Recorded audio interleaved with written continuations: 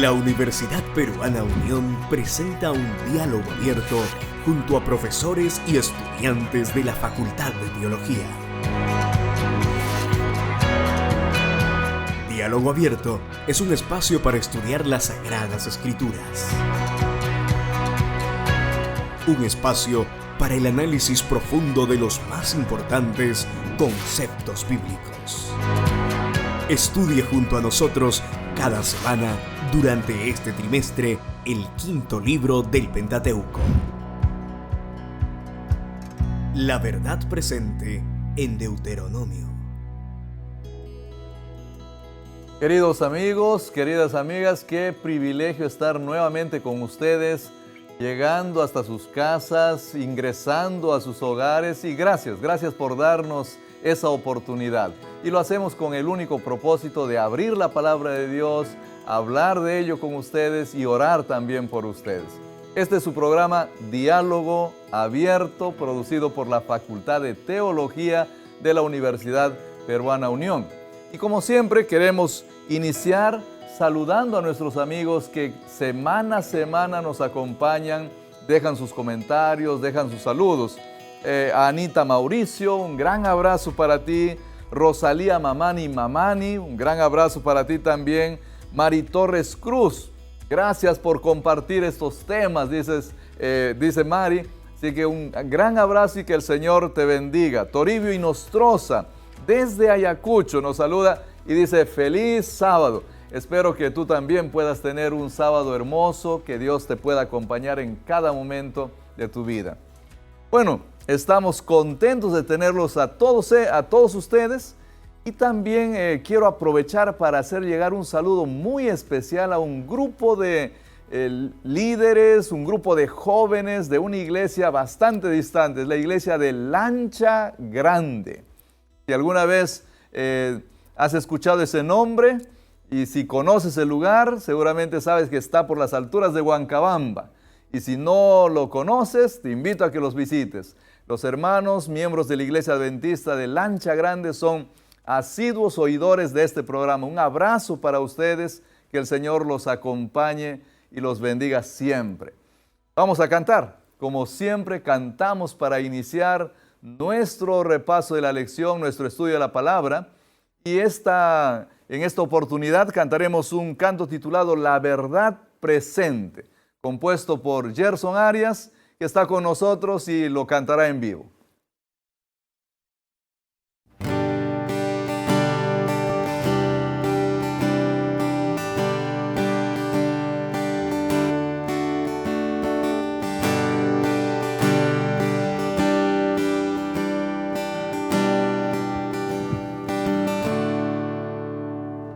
¿Quién es Él?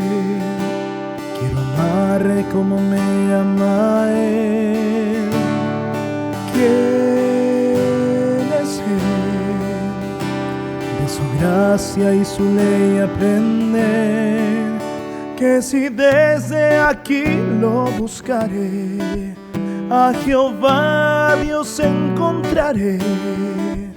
Pero debo buscarlo con alma y corazón. Es Jesús, es la fuente de vida y amor. Es Jesús, la verdad presente, la luz de este mundo, Dios que sustenta a Israel, Cristo Jesús.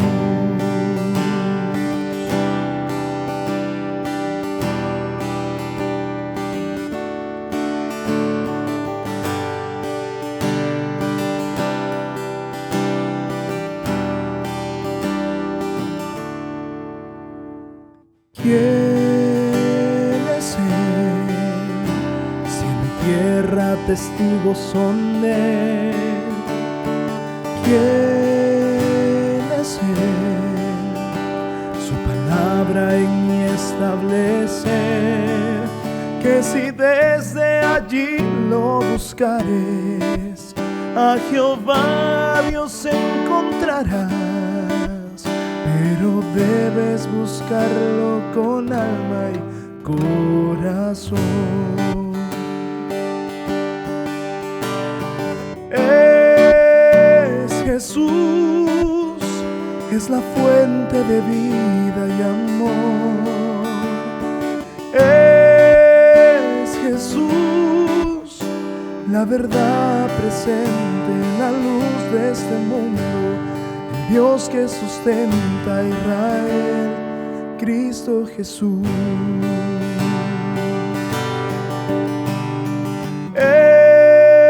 Es Jesús, es la fuente de vida y amor.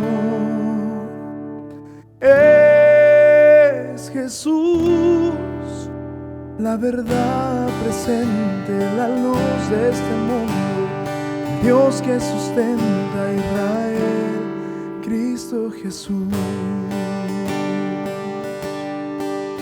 La verdad presente, la luz de este mundo, el Dios que sustenta a Israel, Cristo Jesús.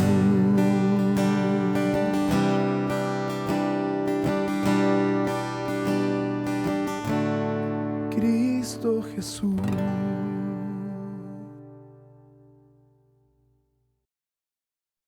La verdad presente, Cristo Jesús. Qué hermoso canto, qué hermoso mensaje. Durante todo este trimestre estaremos nosotros repitiendo este canto y con seguridad tú lo aprenderás, pero también será una especie de oración en tu vida. Como vamos a estudiar la palabra del Señor, necesitamos orar como siempre lo hemos hecho. Así que te invitamos a que nos acompañes en esta plegaria, en esta oración. Oremos, por favor. Padre querido, te agradecemos, Señor, por la vida que nos das. Y gracias por este tiempo, este momento que tenemos para estudiar tu palabra. No conocemos las personas que están escuchando, Señor, en este momento, este programa, pero tú los conoces. Es probable que estén detrás de un volante, algunos capaz en un viaje, otros en su casa, tal vez algunos en un centro de salud, pero tú conoces el corazón de ellos y te quiero pedir, Señor, que los acompañes, que donde ellos estén tú les puedas hablar, que puedas hacer que tu palabra tenga respuestas para sus preguntas. Sé con ellos, por favor, y también quédate con nosotros guiando esta conversación. Pedimos eso en el nombre de nuestro Señor Jesús. Amén. Queridos amigos, ha llegado el momento de abrir la palabra de Dios y para eso tenemos un grupo de invitados especiales en esta oportunidad. Estamos empezando un nuevo trimestre, una lección hermosa, el libro de Deuteronomio, la verdad presente en Deuteronomio. De paso, les invitamos a adquirir este material que creo que es muy valioso para estudiar la palabra de Dios. Está con nosotros el pastor Álvaro Rodríguez, un amigo mío y de paso un estudioso del Antiguo Testamento. Pastor, bienvenido. Muchas gracias, Benjamín. Una alegría para mí estar con ustedes en este hermoso programa de Diálogo Abierto. Bueno, vamos a juntos estudiar un tema que generalmente se lo ve en el Nuevo Testamento, pero vamos a ver las raíces ya desde el Antiguo Testamento. Así que va a ser un placer estudiar juntos el libro de Deuteronomio. Muchísimas gracias por eso. Y es bueno romper un poco este protocolo, ¿no? Hay veces de formalidad, ¿no es cierto? Así es. Así que vale la pena. Gracias, Álvaro. Está con nosotros Gerson, él es estudiante de la Facultad de Teología y también el creador del canto. Así que bienvenido, Gerson. Muchas gracias, pastor. Qué alegría poder estar en un trimestre más estudiando la palabra de Dios y sobre todo con este libro que tiene el propósito de presentar la verdad presente no solamente en el contexto de Deuteronomio, sino con toda su tipología. Entonces va a ser realmente un viaje espectacular estas 3 selecciones que vamos a descubrir. Bueno, gracias. Los que han estudiado la lección, con seguridad que encontraron una parte interesantísima, ¿no? Porque comenzamos estudiando el libro de Deuteronomio, porque resulta que justamente antes de que el pueblo de Israel entre a la tierra prometida, se da este libro, un recuerdo especial. Y nosotros estamos a los albores de entrar a la Canaán celestial, ¿no? Entonces necesitamos estudiar el libro. Claro, de hecho, lo que acabas de decir me trae a la mente que en la tipología el Éxodo es una muestra de lo que ha de vivir el pueblo de Dios antes de entrar a la patria prometida, la patria celestial. Y aquí el pueblo de Dios está frente al Jordán, a punto de cruzar a la tierra prometida. Y bueno, vamos a encontrar cosas muy hermosas que nos vamos a compararlas también con nuestra experiencia camino a la Canaán celestial. Así es. Y sobre todo, entendiendo que en todas las generaciones que pasaron durante ese tiempo en el desierto hasta llegar a la tierra prometida, el carácter de Dios no cambió, haciendo referencia de la inmutabilidad de ese carácter incluso hasta nuestros días. Muchas gracias. Es interesante también el título de la lección. Preámbulo de Deuteronomio es el título, ¿no? Y preámbulo normalmente es lo primero que se escribe, ¿no es cierto? Pero en este caso, preámbulo no está haciendo referencia a lo primero que se escribe, sino a aquello que está detrás de lo que se escribió, aquello que acompaña toda la escritura, porque existe un background, por así decirlo, existe un contexto, ¿no? En el que se escribe. Y tal vez el contexto más grande que está detrás tiene que ver con la naturaleza misma de Dios, ¿no? Tiene que ver con el hecho de quién es Dios, cómo es Él, ¿no? Y tal vez una pregunta importante, ¿cuál es la característica más importante de Dios y qué dice la Biblia sobre eso, Gerson? Yo creo que la palabra de Dios tendría que respondernos y tenemos que irnos a Primera de Juan, ¿no? Donde la misma estructura, el mismo idioma original nos va a mostrar parte de la naturaleza de Dios o la esencia de la naturaleza de Dios, ¿no? Entonces tendríamos que irnos a Primera de Juan 4:8. Donde nos menciona, pero busquémoslo, yo creo que lo buscamos para poder tenerlo ahí más de cerca. Primera de Juan 4:8, entonces acá, este es un texto muy conocido, Gerson, ¿no? El que no ama no ha conocido a Dios, porque Dios es amor, y este también es el versículo de memoria de esta lección. Y es interesante cuando nosotros vemos esta parte final, porque Dios es amor, y ahí nosotros vemos, ¿no? Ho theos agape estin, ¿no? Y ahora cuando nosotros vemos en su propia gramática ambos sustantivos, que se utilizan en este caso aquí para aclarar un poquito, este sustantivo amor, ágape, está en nominativo. Entonces esto hace referencia de qué es, ¿no? Ahora el verbo estin, que hace referencia no solamente a ser y estar, sino también a existir. Por lo tanto, podríamos decir que si no fuera por Dios, nosotros ni siquiera conoceríamos lo que es el amor. Entonces es en Dios quien está también el amor. Y es Dios, ¿no? Es Dios, porque ahí nos dice, enfoca claramente su naturaleza. Claro, la naturaleza de Dios es amor, ¿no? Existe una correspondencia entre Dios y el amor, ¿no? Queridos amigos, no sé si tú eres muy conocedor de la Iglesia Adventista del Séptimo Día, pero nosotros los adventistas acostumbramos a memorizar un versículo por semana. Y es a ese texto central que ha hecho referencia Gerson. Y en esta semana hemos memorizado este versículo, Primera de Juan 4:8, que dice que Dios es amor. Pastor Álvaro, o amigo Álvaro, ¿no? ¿Qué significa? O sea, ya tenemos hasta la explicación sintáctica de esta frase griega, pero en la práctica, ¿qué significa que Dios sea amor? Bueno, lo primero que tendríamos que decir es que esta no es una característica o cualidad de Dios solamente, es la misma esencia de Dios. Él mismo es amor, de Él emana amor porque Él es amor. No es algo que Él procura hacer, no es algo que Él intenta hacer para quedar bien, como a veces hacemos nosotros, ¿no? Para quedar bien con alguien tenemos una postura específica y tratamos de ser de alguna manera, pero no somos realmente eso. El texto que mencionó Gerson indica que Dios es justamente la esencia de Dios. Y es muy interesante que vamos a estudiar un poco de lo que es Dios a partir del Antiguo Testamento. Y ustedes saben que hay muchas personas que creen que Dios en el Antiguo Testamento es un ser déspota, sanguinario, vengativo, malo, ¿no? Y ven a Dios como que fuera un tipo iracundo, ¿no? Que se va a enojar ante cualquier error y los va a aniquilar.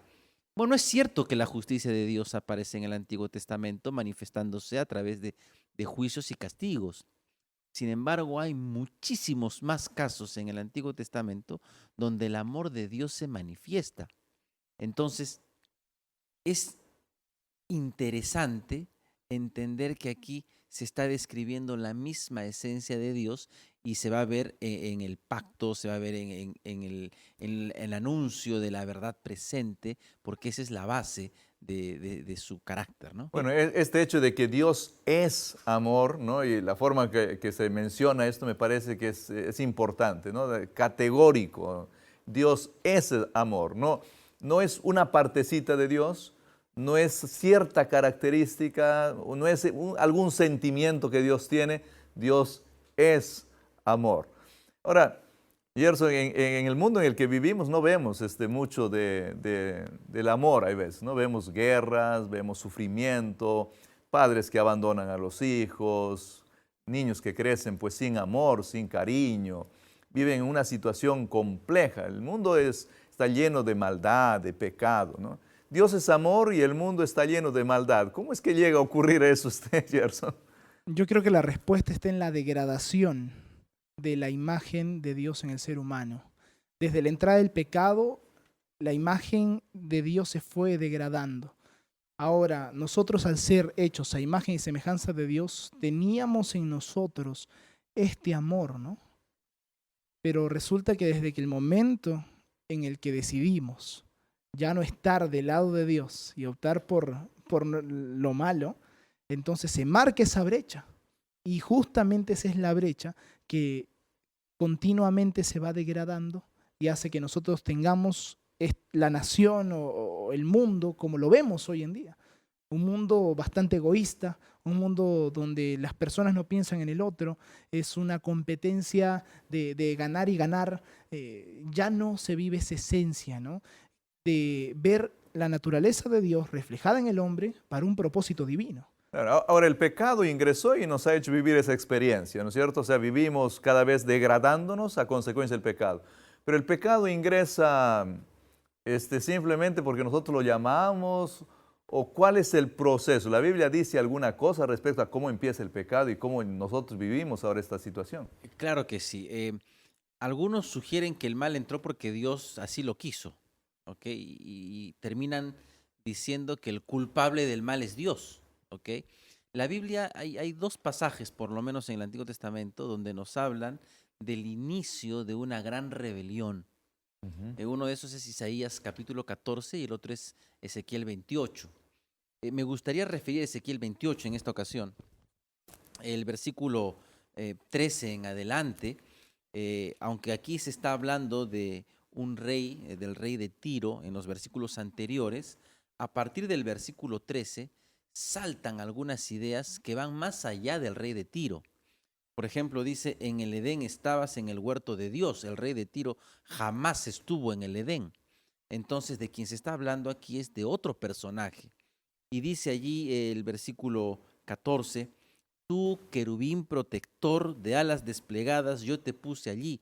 Así que evidentemente no es el rey de Tiro. El rey de Tiro no tenía ni alas desplegadas, ¿no? No, ni alas tenía. Entonces, vemos aquí que el texto parte a partir del rey de Tiro, pero luego va hacia una cuestión mucho más grande, mucho mayor, y va a describir a un querubín. Y un querubín es un ángel de Dios. Si ustedes se acuerdan en el Éxodo, en el Pentateuco encontramos la construcción del santuario. Y en el lugar santísimo estaba el arca del pacto y el propiciatorio que tenía 2 querubines con alas desplegadas. Entonces está hablando aquí de un ser celestial, de un ángel de Dios. Pero este ángel tuvo un problema. Dice, perfecto, el versículo 15, perfecto eras en tus caminos desde el día en que fuiste creado hasta que la iniquidad se halló en ti. Entonces, algunos dicen, bueno, si Dios lo creó así, Dios tiene la culpa. No, Dios lo creó perfecto. Y ahí viene algo que debemos dejar bien en claro. No podemos explicar cómo es que nace el pecado. Si empezamos a explicarlo, dejaría de ser pecado porque tendría una razón. Por eso siempre digo que el pecado es una sin razón. No trates de explicar el pecado. O vamos de otra manera, no trates de explicar tus errores, porque estás tratando de racionalizarlo para decir realmente no es malo lo que hice. O estás tratando de justificarlo, ¿no? Claro, en realidad no es tan malo. Mira que yo tengo razones para hacerlo. Entonces no podemos explicar. Es un misterio de la Escritura. Ahora es interesante este ser, tomando la analogía del altar con los querubines, ¿no? Y al centro estaba la presencia de Dios, ¿no es cierto? Son seres muy cercanos a Dios. O sea, este querubín era alguien muy cercano a Dios, ¿no? Que de alguna forma se rebeló contra Dios y causó todo lo que nosotros hoy estamos viendo. Cuando ya la humanidad es creada, Gerson, porque eso muestra también el libre albedrío. Este ser era libre, por eso que decidió él apartarse. Y Dios crea siempre con libre albedrío. Adán y Eva también lo creó con libre albedrío. Cuando ya fueron creados, ¿cómo este hecho de poder decidir afectó a Adán y Eva y lo llevó a vivir la situación que no debería de haberse vivido? Bueno, primero tenemos que tratar de entender un poco el libre albedrío y cómo Dios es que hace a las criaturas con este don, ¿no? Para un correcto uso, por cierto, no para un mal uso. Primero tenemos que entender que Dios es un ser social. Y la única manera de que se relacione con sus criaturas es en libertad, que sus criaturas elijan libremente poder relacionarse con Él. Uh-huh. Y eso definitivamente habla de una naturaleza incluso pactual, ¿no? O sea, y es la manera como Dios se relaciona con sus criaturas. Pero si tú quebrantas el pacto, hay consecuencias inmediatas. Claro, no podría haber pacto sin libertad, ¿no? O sea, yo tengo que decidir ser parte del pacto. Efectivamente, ¿no? Entonces, en ese relacionamiento, tanto los seres celestiales como ya en este mundo, Adán y Eva, tenían la oportunidad de poder gozar del privilegio de ese pacto.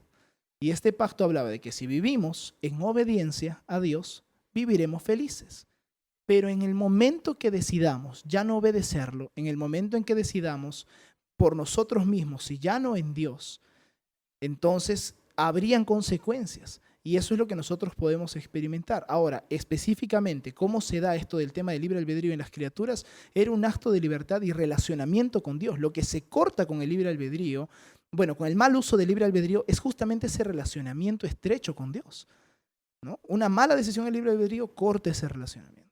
Bueno, muchas gracias. Gracias por la explicación. Yo creo que es muy clara, muy oportuna. Queridos amigos, ha llegado el momento de hacer un pequeño alto. Estamos ingresando a un trimestre especial y queremos mostrarte algo de la universidad, pero antes quiero decirte algo. La Facultad de Teología que promociona y que produce este programa está esperando por ti. Yo no sé cuánto te gustaría conocer más de la Biblia a ti, no sé cuánto te encantaría también o qué idea tienes respecto a servirle a Dios a tiempo completo, pero la facultad está esperando por ti y esperamos recibir noticias tuyas. Conoce un poco del lugar donde nosotros estamos grabando.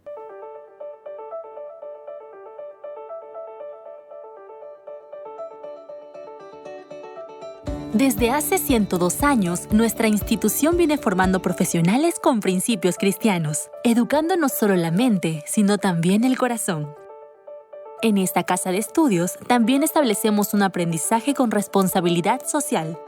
Nuestros 3 campus en Lima, Juliaca y Tarapoto cuentan con áreas verdes en toda su infraestructura, siendo así una institución promotora de la salud y el cuidado del medio ambiente, con un ecosistema diferente. Somos parte de la Red Educativa Adventista Mundial y mantenemos vínculos institucionales con otros países.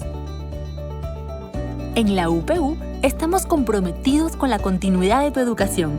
Por eso, no dejaremos que nada detenga tus ganas de salir adelante. UPU, Universidad con principios para grandes finales. Queridos amigos, queridas amigas, espero que hayan disfrutado al ver este video respecto a la Universidad Peruana Unión en sus 3 campus, en Tarapoto, en Juliaca y aquí en Lima. Y el lugar donde se estudia teología es aquí en Lima, en la sede principal. Bueno, te esperamos.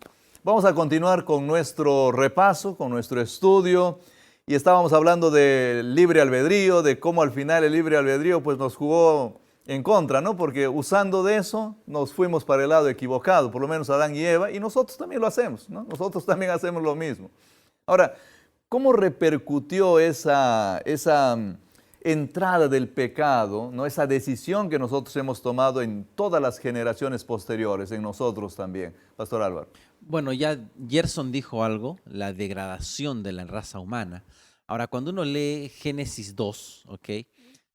Adán y Eva toman del fruto prohibido y lo primero que hace el pecado es romper las relaciones interpersonales.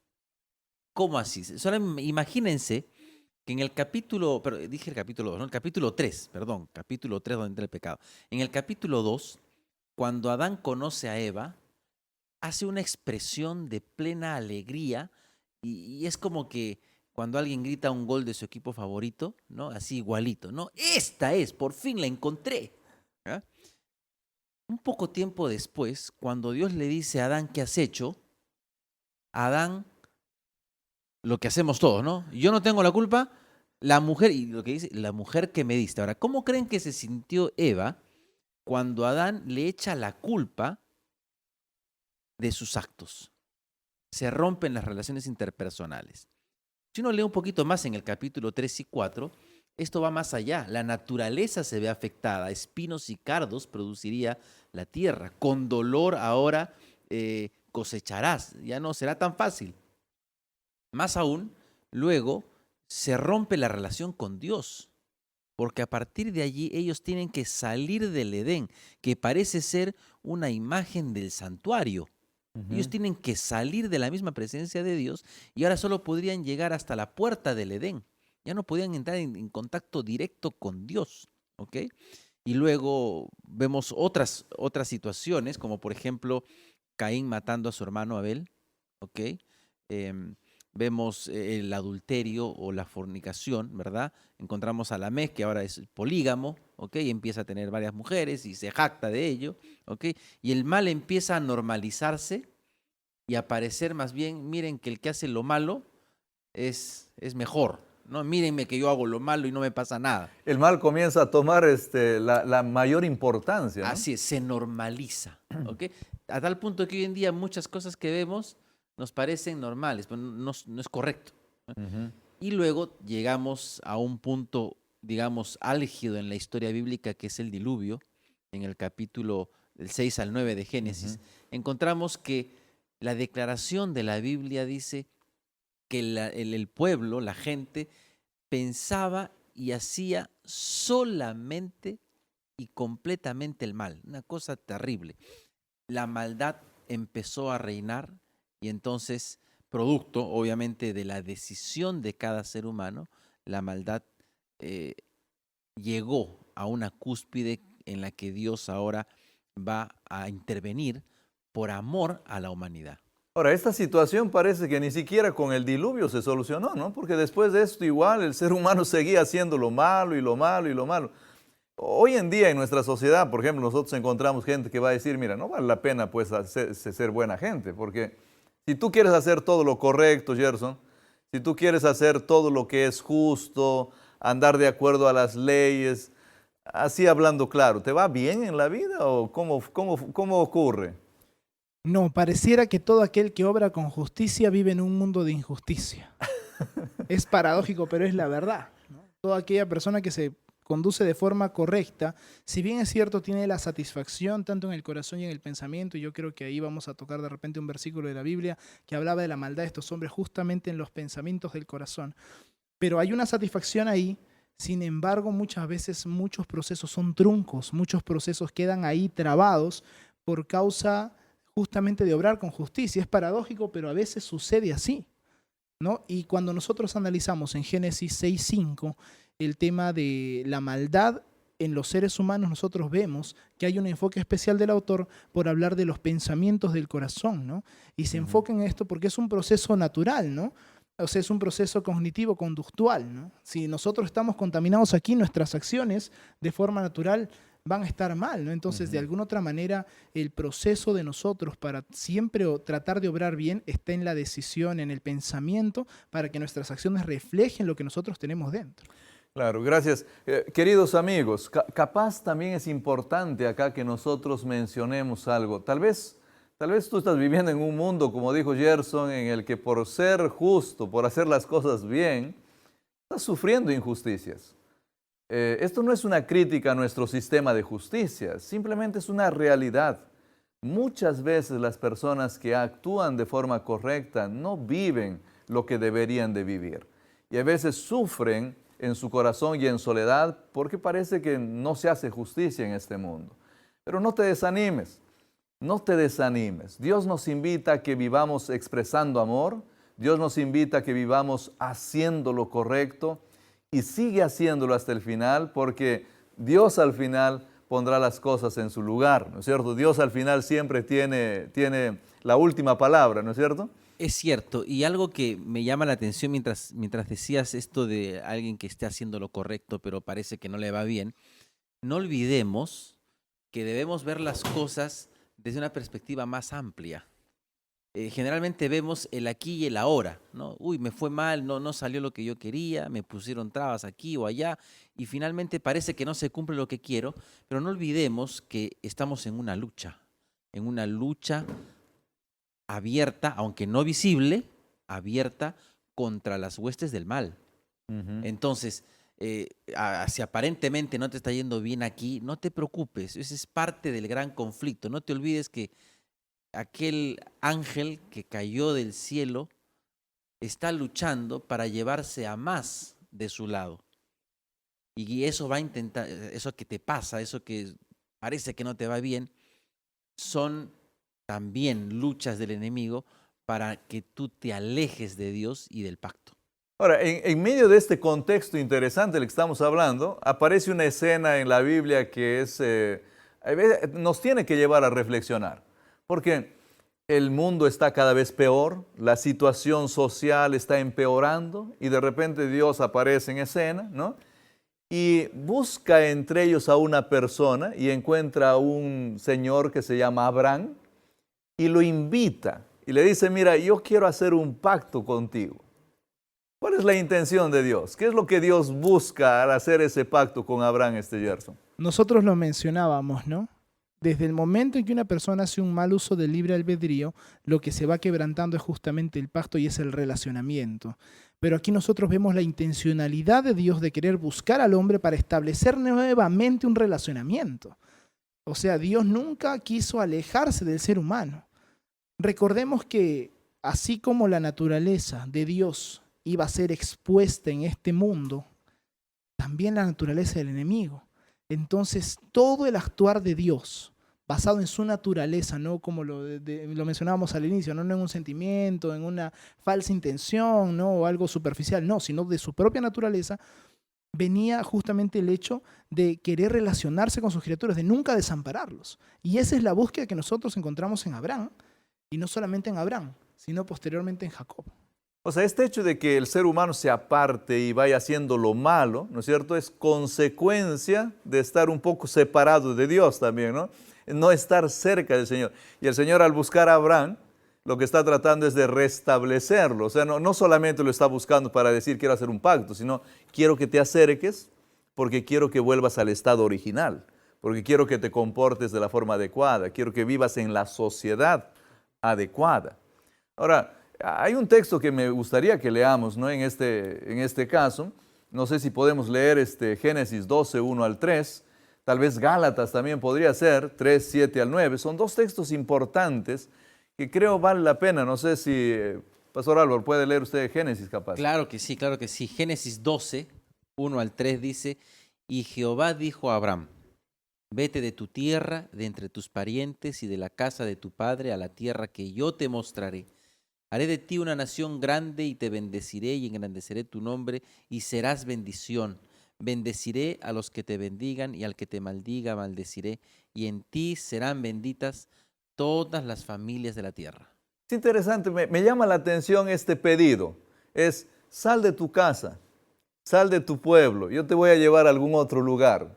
¿Qué intenciones ahí había con sal de tu casa? No quiero que te quedes en la casa. ¿Qué podemos decir ahí? Bueno, lo primero que me parece aquí es que Dios quiere sacarlo de un círculo donde su relación con Dios estaba en peligro. porque Harán y la ciudad de donde él venía, ¿ok? La zona donde él venía era una zona pagana.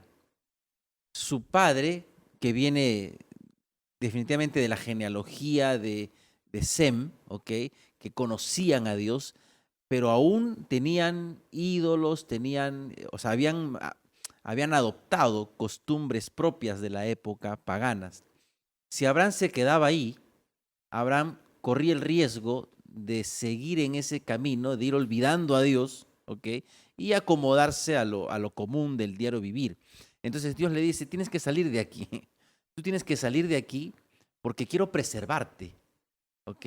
Y no solamente preservarte, sino que a partir de allí quiero hacerte un instrumento de bien para otros. Para todas las naciones, ¿no? Y esta es una promesa muy interesante, porque Abraham, mira, te voy a sacar de acá para que me seas útil para todas las naciones. ¿Qué dice Gálatas? Podemos leer Gálatas 3, 7 al 9, Gerson. Sí, dice, sabed por tanto que los que tienen fe, estos son hijos de Abraham. Y la Escritura, previendo que Dios había de justificar por la fe a los gentiles, dio de antemano la buena nueva a Abraham diciendo, en ti serán benditas todas las naciones. De modo que los que tienen fe son bendecidos como el creyente Abraham. Todos somos hijos de Abraham. En otras palabras, sí tenemos la fe, que creo que tampoco es imposible de tenerla. Es cosa de conocer la palabra del Señor, es saber lo que Dios quiere, vivir en base a eso, y entonces podemos ejercer esa fe. Pero es interesante esto, ¿no? Y saber en quién se tiene justamente el cumplimiento de esto y en la persona de quién son benditas todas las naciones de la tierra. Y en quién depositamos nuestra fe, ¿no? Y este es en la persona de Cristo. Nosotros aquí veíamos un contexto donde se empezaron a decir, no, tú vas a ser salvo, no, yo no, tú sí, por causa de repente de las tradiciones que habían. Y esto nos lleva muchas veces a pensar en un legalismo, ¿no? Y nosotros debemos sentar nuestro fundamento justamente en la fe de Abraham, que él creyó y le fue tomado por justicia. De la misma forma nosotros creemos para que nos sea tomado por justicia. Pero ¿en quién creemos? ¿En qué creemos? Es en la persona de Cristo que nos termina alcanzando este pacto, porque gracias a Cristo es que son benditas todas las naciones de la tierra. Bueno, tenemos que seguir el ejemplo de Abraham, ¿no? Abraham creyó en Dios y también le creyó a Dios, porque él dijo, Señor, sí creo en ti. Y Dios le dijo, sal de tu tierra y camina en esta dirección. Y él dijo, también te creo a ti. Y salió y caminó. Y eso es lo que nosotros tenemos que hacer. Es importante creer en el Señor Jesús. Es importante creer en su persona. Pero también es importante, querido amigo, creer en lo que Él dice. Creer en lo que Él expresa. Y eso está aquí en su palabra. Ahora, no es lo único que ocurrió para manifestar este deseo que Dios tiene de acercarse, de restablecer esta relación con el ser humano, ¿no? Nosotros encontramos otra historia interesante cuando Dios se acerca a todo un pueblo.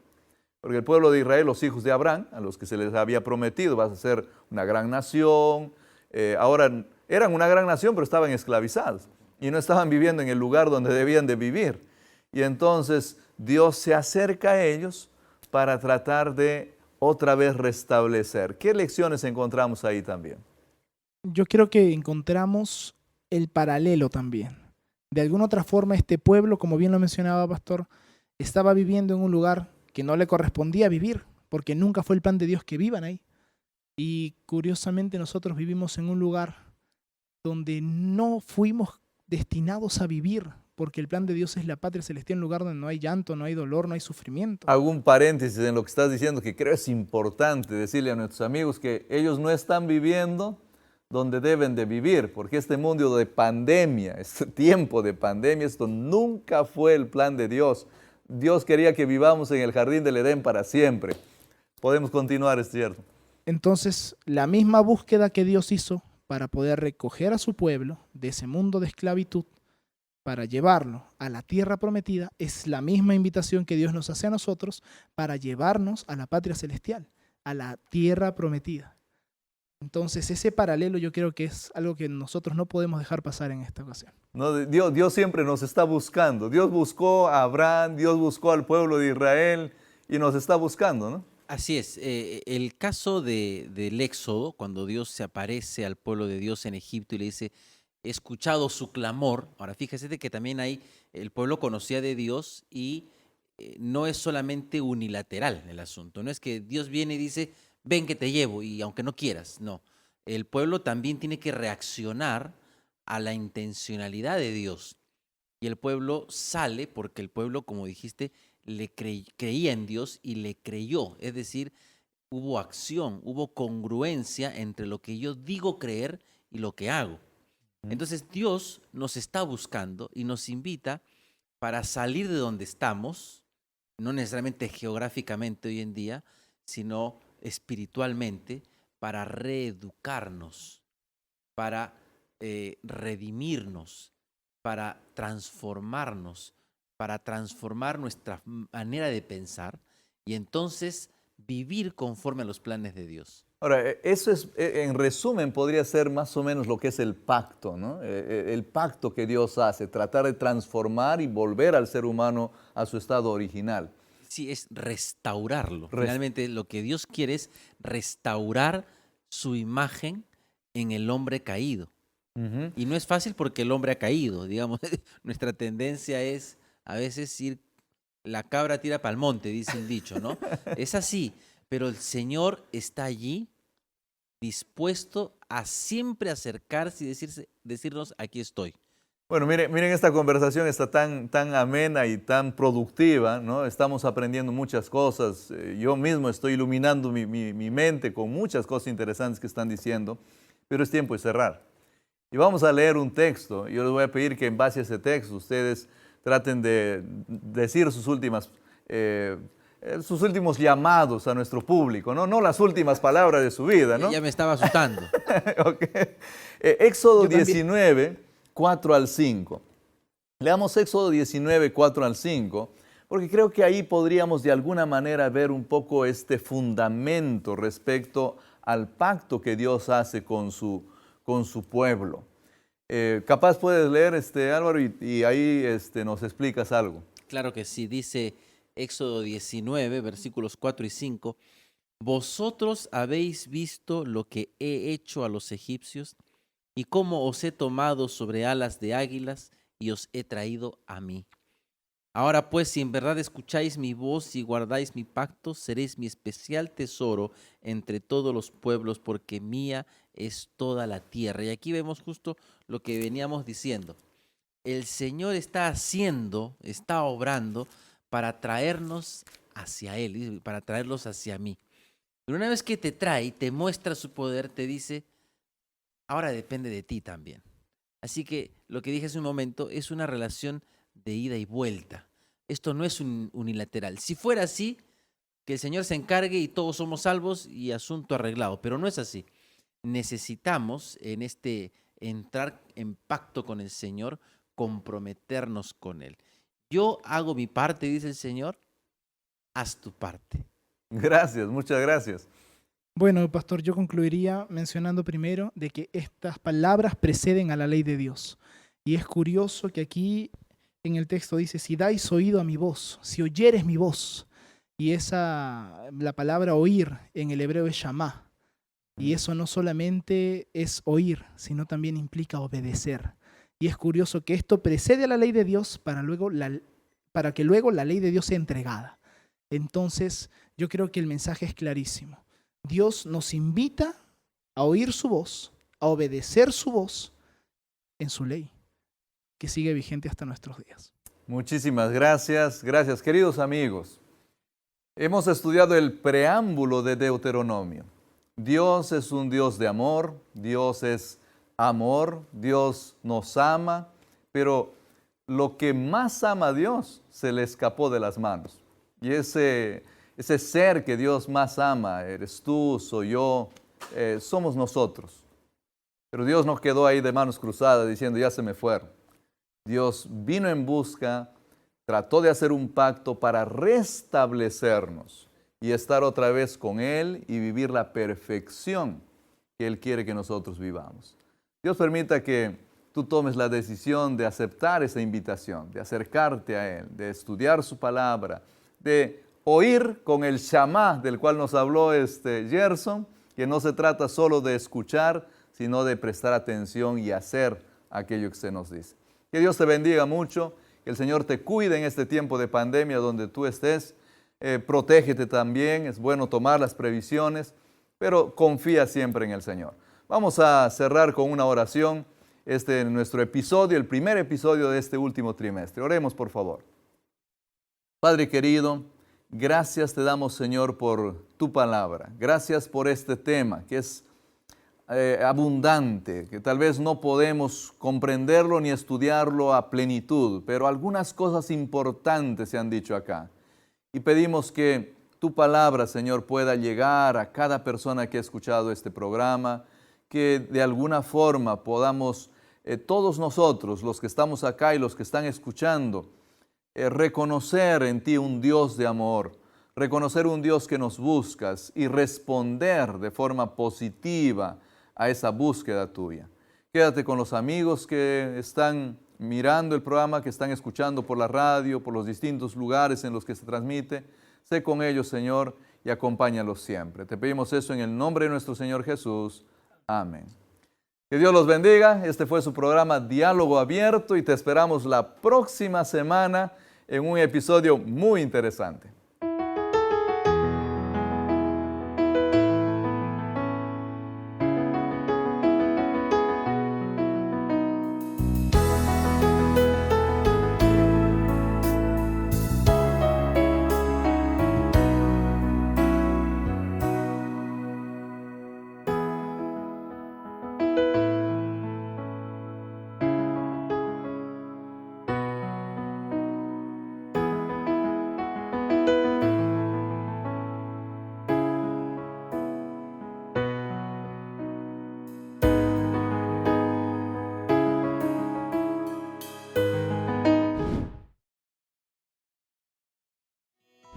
Es nuestro deseo que el estudio de la palabra de Dios haya sido de gran bendición para tu vida.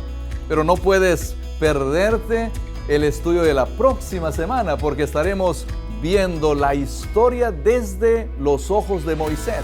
Cómo Moisés vio la historia en su vida y cómo él evaluó aquello que experimentó junto con el pueblo. ¿Qué lecciones nos dejan esto para nuestra vida personal y para el momento en el que estamos viviendo?